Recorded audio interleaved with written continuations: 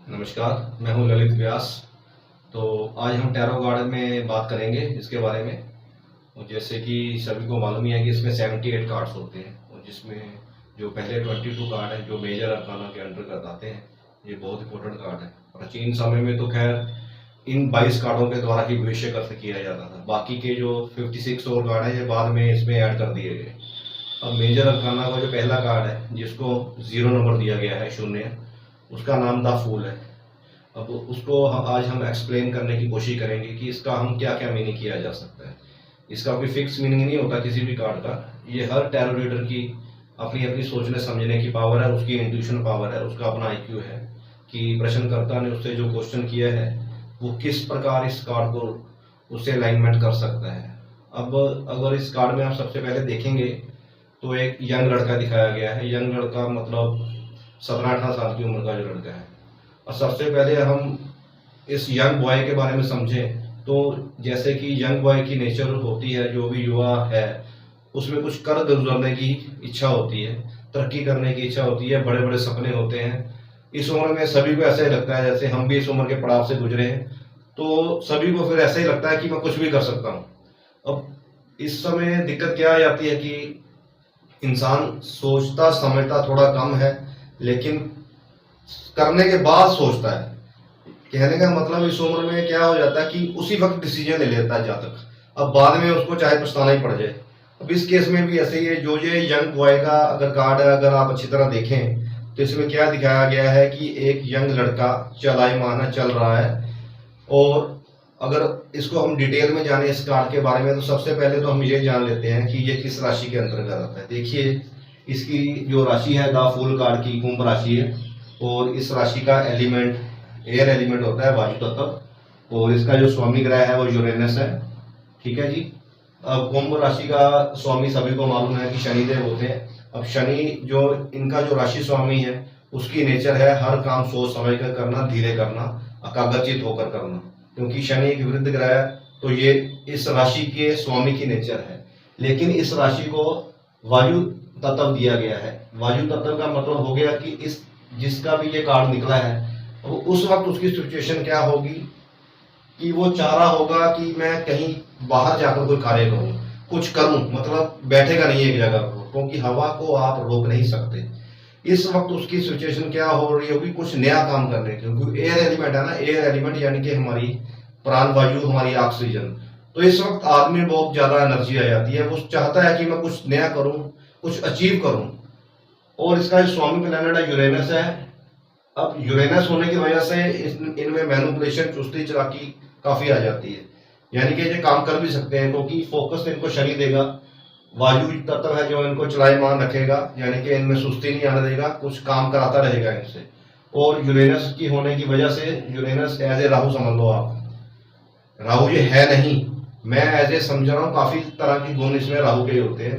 नए नए इन्वेंटर होते हैं, नए नए आइडियाज इन लोगों को आते हैं, और ये आइडिया को अप्लाई करने में रिस्क भी ले लेते हैं क्योंकि यूरेनस रिस्क है। अब ये लोग सोचते नहीं है, इसीलिए मैं कह रहा था कि ये काम करने के बाद सोचते हैं, जिसमें फिर नुकसान होने की संभावना तो देखिए बढ़ी जाएगी। अगर हम काम करने के बाद सोचेंगे, उसका रिजल्ट बिना सोचे समझे काम कर देंगे, सोचेंगे बाद में, अब उसमें रिस्क हो गया, फायदा भी हो सकता है, नुकसान भी हो सकता है, दोनों चीजें हो गई। ठीक है जी। जैसे ही यंग लड़के के बारे में आपको समझा दिया, जो जो यंग अवस्था में हमारे आपकी उम्र निकली है, जहाँ जो बच्चे अभी देख भी रहे हैं, तो इस वक्त उनमें कुछ कर गुजरने की इच्छा होती है कि मैं कुछ कर पाऊं, अचीव करूं।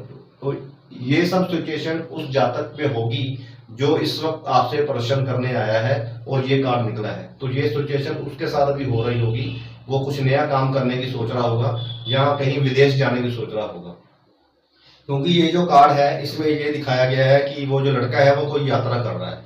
तो इसका सीधा सा मतलब हो गया, अगर कोई क्वेश्चन विदेश से संबंधित है या कोई अगर आपसे ये पूछ रहा है कि मेरी ट्रांसफर होगी या नहीं होगी, अब ट्रांसफर होना भी यही हो गया ना कि एक स्थान से दूसरे स्थान पर जाना, तो उसकी ट्रांसफर भी, तो आपका जवाब आएगा यस, हो जाएगी। अब कब होगी, 30 डेज का पीरियड होता है इसका, क्योंकि जो हमारी इंडियन एस्ट्रोलॉजी है वो तो चंद्रमा के ऊपर निर्धारित है। निरायन पद्धति बोलते हैं उसको, जो 27 डेज का एक कॉन्सेप्ट होता है, क्योंकि चंद्रमा 27 डेज में सभी नक्षत्रों को क्रॉस कर लेता है, इसलिए मिनिमम 27 है। लेकिन ये जो वेस्टर्न एस्ट्रोलॉजी है ये साइन पद्धति के ऊपर है, सूर्य के ऊपर निर्धारित है, और सूर्य 30 दिन एक राशि में रहता है। अगर कोई एक कार्ड का आपका क्वेश्चन है, एक कार्ड ही आपने निकाला, ज्यादा से ज्यादा इसमें 3 भी निकाल सकते हैं, कई स्प्रेड होते हैं इसमें। अब ज्यादातर जो फेमस है वो 3 वाला ही है, और अगर सिंगल वाला भी चलता है, क्वेश्चन के ऊपर डिपेंड है कि वो क्वेश्चन वहीं पर खत्म हो गया, अगर यहाँ उससे रिलेट कोई और क्वेश्चन है फिर 3 कार्ड निकालते हैं। अब मान लेते हैं हमने अगर यही कार्ड निकाला और जहाँ तक आपसे पूछ रहा है कि मेरी ट्रांसफर हो जाएगी, तो आप कहेंगे डेफिनेटली हो जाएगी। अब वो ये पूछ रहा है कि मैं विदेश जाना चाहता हूँ, चला जाऊंगा, तो आपका क्वेश्चन होगा, आंसर होगा सॉरी, कि यस आप चले जाओगे। यात्रा से संबंधित कहने का कोई भी ऐसा काम जो मूव कर रहा है, मूवेबल स्थिति को दर्शाता है, वो काम, हर काम इसमें हो जाएगा जो चलायमान होगा, ठीक है। और उसके बाद अगर हम देखें तो इस लड़के ने अपने दाएं हाथ में वैंड पकड़ी हुई है। अब वैंड को अगर हिंदी में कहें तो हम लाठी कह सकते हैं, और ये लकड़ी की हो गई। और जो टैरो में जो वैंड है इसको फायर एलिमेंट दिया गया है, क्योंकि लकड़ी को जलाने से ही आग उत्पन्न होती है, इसलिए फायर को एलिमेंट दिया गया है। अब फायर एलिमेंट हमारी कैश फ्लो को रिप्रेजेंट करती है, हमारे धन को रिप्रेजेंट करती है, हमारा नेम कितना होगा, फेम कितना होगा, गेन कितना होगा, ये सब चीजों को रिप्रेजेंट करती है। अगर वास्तु के हिसाब से देखें तो ये हमारा अग्निकोण हो गया, और उसका जो लॉर्ड है वो शुक्र है, शुक्र यानी कि धन। इसीलिए कहा जाता है कि ये जगह का अग्निकोण का बहुत ज्यादा ध्यान रखना चाहिए, क्योंकि कैश कितना आ रहा है ये जगह बताएगी आपको। अगर यहाँ आपके घर में भी कोई अग्निकोण में फॉल्ट हुआ तो उससे क्या होता है कि मान लो जितनी मर्जी आपकी कमाई हो, लेकिन अगर अग्निकोण में फॉल्ट हुआ तो वो पैसा आपके पास टिक नहीं पाएगा। खैर वो तो वास्तु में चले गए।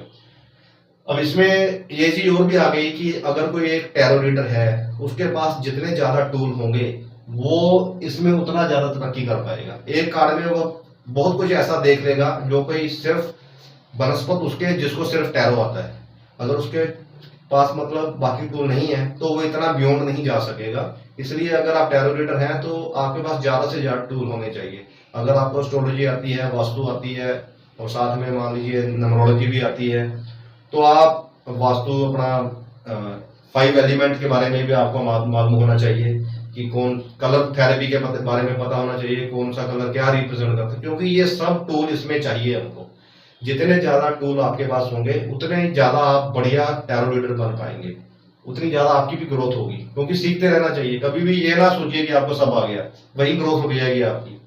तो गलती करने से भी डरना नहीं है, गलतियां करने से ही तरक्की होती है। कोई भी काम होना, एक बार गलती करके आदमी सीख जाता, दोबारा नहीं करता। खैर अगर और अब बात करें तो इस लड़के ने अपने दाएं हाथ में मतलब राइट साइड में वैंड ऐसे पकड़ी हुई है, और उस वैंड के ऊपर एक पोटली बंधी हुई है लाल कलर की। अब ये जो हमारा लाल कलर होता है ये पैसे को रिप्रेजेंट करता है, जैसे कि मैं पहले भी बताया आपको कि अग्निकोण का कलर लाल होता है, उसका लॉर्ड शुक्र है, शुक्र यानी कि पैसा, यह धन दौलत को रिप्रेजेंट करता है। और ऊपर से जो वैंड है वो कर्म को रिप्रेजेंट करती है, फायर एलिमेंट को रिप्रेजेंट करती है।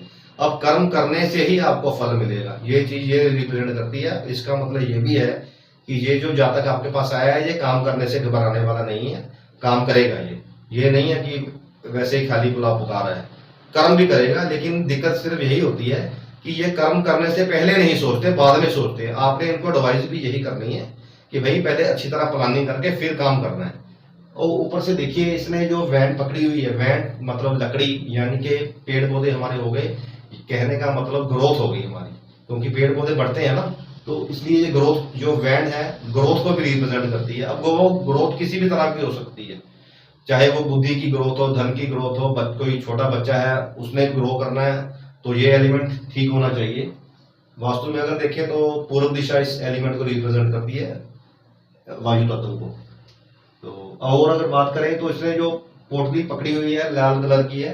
अब ये तो सीधा सा पता लग गया कि सिचुएशन ये है कि ये लड़का इसने वैन पकड़ी हुई है, उस पर पोटली बांधी हुई है कि, और ये तस्वीर में दिखाया गया है कि ये चल रहा है। सीधी सी बात है कि ये किसी यात्रा में जा रहा है।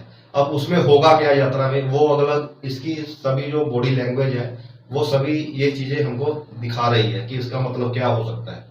और खैर आपको मैंने जैसे पहले भी बताया कि आपको जातक के प्रश्न से भी इसको रिलेट करना आना चाहिए, ठीक है। अब पोटली का मतलब क्या हो गया, ये तो नॉर्मल तो कोई देखेगा तो वो सिर्फ यही बोल देगा ना कि उसने पोटली पकड़ी हुई है तो ये यात्रा में जा रहा है। अब पोटली का मतलब क्या है, कुछ ऐसा जो छुपा हुआ है, क्योंकि पोटली में कुछ इसमें ये दिखाया गया है कि पोटली टांगी हुई है। अब हमको ये थोड़ा ना पता है कि उसमें क्या है। इसका मतलब क्या हो गया कि बहुत सारे रहस्य ऐसे हैं जो इस आदमी के अंदर दफन है। कहने का मतलब बहुत सारे राज ऐसे हैं।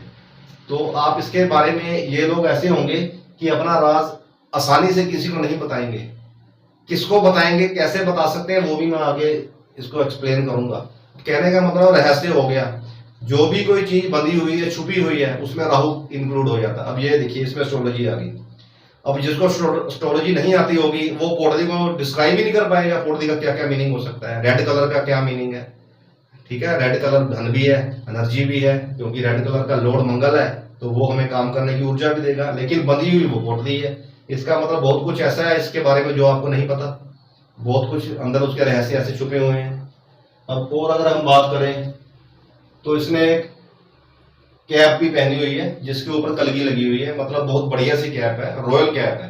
कहने का मतलब उससे लगता है कि ये जो जातक है इसके पास पैसा है, अच्छे घर से है ये, या इसकी जो फाइनेंशियल स्थिति है वो अच्छी है, क्योंकि उसके ऊपर कलगी भी लगी हुई है। अब पुराने समय में क्या होता था, ये जो कलगी होती थी ये थोड़े रिच लोग ही लगाते थे। तो इसका मतलब ये भी हो गया कि जो आपके पास आया उसकी फाइनेंशियल हालत इस समय ठीक है। उसके बाद अगर हम देखें तो इसने जो कपड़े पहने हुए हैं काफी कलरफुल है, उसपे फ्लावर वगैरह बने हुए हैं। अब इसका मतलब है कि ये जो जातक है, फ्लावर, कलरफुल फ्लावर का मतलब हो गया कि ये आदमी की जो नेचर है रोमांटिक आदमी है। इस सभी ऐशो आराम वाली चीजें इसको पसंद है, रोमांटिक है। ठीक है, और अगर उससे और आगे चले जाए तो ये जो इसने कपड़े पहने हुए हैं इसका जो अंदर वाला हिस्सा है वो रेड कलर का है। अब रेड कलर का मतलब हो गया कि ये जो ऊपर से दिख रहा है इसको एकदम से गुस्सा भी बहुत आता होगा, क्योंकि रेड कलर हमारा अग्रेशन को रिप्रेजेंट करता है। कहने का मतलब इसमें गुस्से वाला भी होगा जातक, एकदम से इसको गुस्सा आता हो। तो आपने इसको ये भी समझाना है कि गुस्से में कोई गलती मत कर बैठना, क्योंकि गुस्से में कई बार ज्यादातर हमारे फैसले गलत ही होते हैं, या कई बार कोई ऐसा हो जाता है ना किसी को दिखाने के लिए हम कुछ करना चाहते हैं। तो आपने इस जातक को ये भी समझाना है कि जो कार्य करना है किसी को दिखाने के लिए नहीं करना है। गुस्से में तो कह रहे हो कि हाँ ये मैं करके दिखाऊंगा तो चलो घर से निकल जाओ, ऐसा भी नहीं करना, ये भी आपने इसको समझाना है। होगा ऐसा ही इसके साथ। अब उसके बाद क्या होगा कि इसकी जो अंडर शर्ट है वो व्हाइट कलर की है। ये देखिए ना, जैसे यहाँ पर मैंने लिखा कि व्हाइट अंडर शर्ट है, यानी कि इसने जो कलरफुल कपड़े पहने हैं उसके अंदर सफेद अंडर शर्ट है, जो इसके थोड़ी थोड़ी सफेद नजर भी आ रही है बाजुओं में। इसका सफेद कलर जो होता है, यहाँ पर ये कलर थेरेपी आ गई। और सफेद कलर होता है शांति का, मेडिटेशन का, पीसफुल कलर है ये। कहने का मतलब अंदर से जो इस आदमी की नेचर है पीसफुल रहने की भी है, भगवान को मानने वाला होगा, क्योंकि सफेद रंग गॉड को रिप्रेजेंट करता है, मेडिटेशन को रिप्रेजेंट करता है, शांति को रिप्रेजेंट करता है। तो ऐसे लोग अंदर से बहुत पीसफुल होते हैं। अगर इनको सही रास्ता दिखा दिया जाए तो मेडिटेशन में भी जो बहुत ज्यादा तरक्की कर सकते हैं। अब माइंड क्लैरिटी होगी इसमें अगर ये मेडिटेशन में बैठेगा, क्योंकि जो सफेद कलर है वो क्लैरिटी देता है, नए नए आइडियाज देता है हमको, क्योंकि पीसफुल कलर है ना सफेद कलर। अब इसमें चंद्रमा भी बीच में इंक्लूड हो गया। अब जो सफेद कलर होता है हमारे इमोशंस को भी रिप्रेजेंट करता है, तो ये लोग इमोशनल भी होंगे। अब वैसे न्यूमरोलॉजी में अगर देखें तो जिस नंबर को ये कार्ड रिप्रेजेंट करता है और उसका मीनिंग भी यही है। अब इमोशंस का मतलब क्या हो गया सफेद कलर का, मान लीजिए ऐसे आदमी के पास कोई आया अगर अपना रोना धोना लेके बैठ गया तो ये उसकी मदद भी कर देंगे, चाहे बाद में वो पता लगे कि वो फ्रॉड ही था। होता है इनके साथ ऐसे ही है, लोग इनका फायदा भी उठाते हैं, क्योंकि मैंने जैसे आपको पहले बताया कि इनकी फाइनेंशियल हालत अच्छी होती है, तो ये ऐसे लोगों की मदद भी कर देते हैं पैसे की, जो कि दोबारा इनको मिलने की संभावना फिर कम ही है पैसे की, क्योंकि इमोशंस में बहकर ये मदद कर देते हैं। उस वक्त अगला किसी ना किसी तरीके जिसको इनकी नेचर की समझ आ गई कि ये इमोशनल भी है आदमी, तो उसी दुखती रग पर हाथ रखेगा इनके, कोई ना कोई ऐसा रोने धोने वाली बात बता देगा, इमोशनल हो जाएंगे और अपना पैसा या कुछ भी वाटेवर देना दे देंगे, लेकिन फिर उम्मीद ना रखेंगे देगा वापस, उसकी संभावना फिर कम ही है। ये चीजें भी आपने इनको समझानी है। उसके बाद देखिए इनका जो लेफ्ट हैंड है उसमें व्हाइट फ्लावर है, सफेद रंग का फूल है।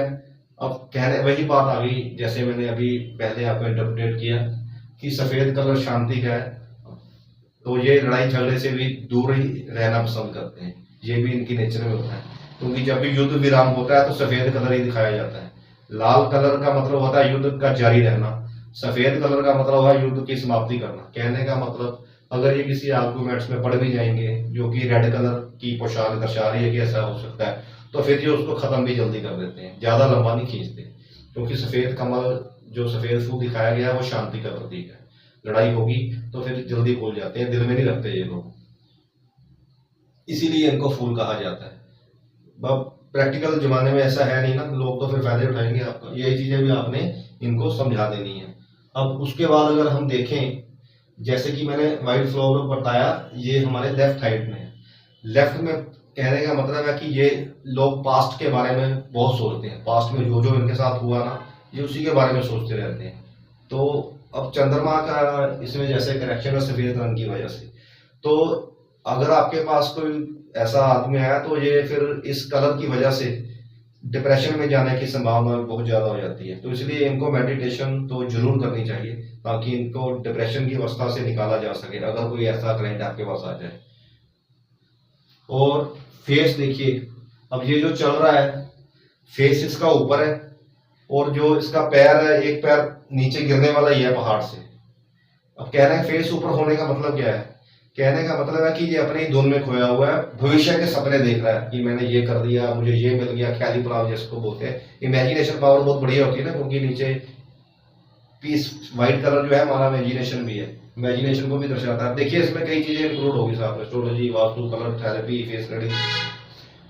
अब जैसे इमेजिनेशन पावर है तो फेस इसका ऊपर की तरफ है, अब इसका मतलब है कि जब भविष्य के सपने से जाता अपनी धुन में चला जा रहा है, इसको पता ही नहीं आगे मैं गिरने वाला हूँ। तो ये ऐसी भी नेचर होती है इन लोगों की। उसके बाद अगर देखें तो नीचे पहाड़ के नीचे खाई है, एक इसमें संभावना है कि इसमें एक सफेद कलर का कुत्ता इनको बचाने की कोशिश कर रहा है। अब यहाँ इसके कई मीनिंग निकाले जा सकते हैं। सफेद कलर वैसे शांति का प्रतीक हो गया, कुत्ता वफादार होता है सबसे, इसका मतलब ये भी है कि कोई ना कोई इनकी लाइफ में ऐसा जरूर होगा जो इनकी हर मुश्किल समय में मदद करेगा, इनको बचाएगा। इसलिए इसकी रेमेडी भी सबसे अच्छी यही है, इनको आपने यही कहना है कि जब भी कोई काम करना है तो किसी की सलाह लेकर ही करना है। सफेद कलर अब ये चंद्रमा को रिप्रेजेंट करता है, अब वो जातक की माँ हो गई, तो अगर अपनी मदर की मतलब सलाह लेकर काम करेंगे तो डेफिनेटली इनको सक्सेस की रेशो बढ़ जाएगी। और अगर मान लीजिए ऐसा ही जातक कोई आपके पास ये है, कोई ये पूछ रहे हैं, कई बार लोग आ जाते हैं कि मैं कुत्ता रखना चाहता हूँ, रखूं या ना रखूं, और अगर रखना है तो कौन से कलर का रखूं, तो सीधा सा इसमें आप उनको बोल सकते हैं कुत्ता रख सकते हो और व्हाइट कलर का रखो, क्योंकि इसमें व्हाइट कलर दिखाया गया, वो कुत्ता इनको, सफेद कुत्ता इनको आगे बढ़ने में बहुत मदद करेगा, डिप्रेशन जोन से भी निकाल देगा, किसी भी तरह का मानसिक तनाव व्हाइट कलर का कुत्ता इनको नहीं आने देगा। ऊपर से और बात करें तो शूज इन्होंने येलो कलर के पहने हुए हैं, और जो येलो कलर होता है हमारा ज्ञान का प्रतीक है, हमारी नॉलेज का प्रतीक है। जूते जो इसने पहने हुए हैं वो भी बहुत अच्छे हैं, रॉयल है। वो पहले भी जैसे हम बात कर चुके हैं, कैप्स से पता लग गया था, कपड़ों से ही पता लग गया था कि वैसे आदमी अमीर है, पैसे वैसे हैं इसके पास। शूज भी अच्छे हैं, बढ़िया पहने हुए हैं, और पीले कलर के हैं, पीला कलर मतलब नॉलेज है। और जो इसकी बैकग्राउंड अगर आप तस्वीर में देखें तो पूरा येलो कलर है। कहने का मतलब है कि अगर इस आदमी को दिशा सही दिखा दी जाए तो ये बहुत नॉलेजेबल आदमी बनेगा। अगर मान लो कि बच्चे है ना, इसको अगर सही दिशा दिखा दे हम तो ये बहुत राइज करेगा, बहुत ज्ञान प्राप्त करेगा। बहुत नॉलेजेबल लोग होते हैं, सीखने वाले होते हैं, ये सीखना पसंद होता है इनको, क्योंकि ये वैसे भी वायु तत्व है ना, और वायु का काम है बहना। कहने का मतलब इनको नए नए काम करने, नए नए आइडिए, क्योंकि सफेद कलर भी है बीच में, इंट्यूशन पावर भी है, सब कुछ है इनके पास। बस इनको जरूरत क्या है कि आपने इनको सही दिशा दिखानी है। कार बहुत बढ़िया है, अगर इसको सही तरह से इस्तेमाल कर लिया जाए और इन लोगों को समझा दिया जाए। जैसे कुत्ते की बात भी हो गई। अब इसके पीछे एक चीज और देखिए, जो सूर्य दिख रहा है वो व्हाइट कलर का है। अब कहने का मतलब है, वैसे तो सूर्य देखिए बहुत अग्नि तत्व प्लैनेट है, बहुत ताप होता है इसमें, अब इसमें लेकिन व्हाइट सूर्य दिखाया गया है। अब उसका कहने का क्या मतलब है, जितनी मर्जी मुश्किल सिचुएशंस आ जाए, ये उसमें बड़ी आसानी से ईश्वर खुद इनको निकाल देगा। अब इसका दूसरा मतलब ये भी बनता है कि ऐसी सिचुएशन आएंगी, लेकिन ये उसमें से निकल जाएंगे, क्योंकि जो सोना है उसको जितना मर्जी अग्नि में डाल दो, वो कुंदन बनकर बाहर निकल जाए। कहने का मतलब जितने लाइफ में जो स्ट्रगल देखेंगे उससे कहीं कुछ सीखेंगे, और वो गलतियां ही इनको ग्रोथ करने में आगे सहायक होंगी। तो पहाड़ भी दिखाए हुए हैं, सफेद कलर के पहाड़ है, वही इमोशंस आ गए ना। कहने का मतलब इमोशंस पे कंट्रोल रखना है, किसी को अपना फायदा नहीं उठाने देना, ठीक है। और पीछे क्या है, इनके घर बने हुए हैं। अब ये सीधी सी बात है कि ये जो जातक है अपने घर परिवार से दूर जा रहा है। जिस समय ये कार्ड आए, अगर आपको एस्ट्रोलॉजी भी आती है और उस वक्त कहीं 12th हाउस की दशा भी चल रही है, तो सीधी सी बात है कि ये सेपरेशन का समय है, उसको अपने घर से दूर जाना पड़ेगा। अब वो अच्छा या बुरा, वो सिचुएशन पर डिपेंड करेगा कि उसका क्वेश्चन वो क्या पूछ रहा है आपसे, और आपका आईक्यू लेवल कितना है। इसलिए मतलब कोई भी अगर साइंस हो जाए, आपको अपने ऊपर काम करते रहना, कभी भी ये नहीं सोचना कि मुझे आ गया, फिर आपकी ग्रोथ नहीं हो पाएगी। देखिए ना कितनी हमने इसमें बातें की, कई कुछ निकल के आ गया। अब और चाहे तो मैं और भी इसको बहुत एक्सप्लेन कर सकता हूँ, लेकिन जितना जरूरी था इसलिए मैंने वो सब कुछ आपको बता दिया है। उम्मीद है आपको ये जो मैंने एक्सप्लेन किया है अच्छा लगा होगा। फिर भी अगर कोई, हो सकता है कुछ मेरे से छूट गया हो या आपका कोई क्वेश्चन हो, तो आप उससे कमेंट करके भी पूछ सकते हैं, और या फोन भी कर सकते हैं।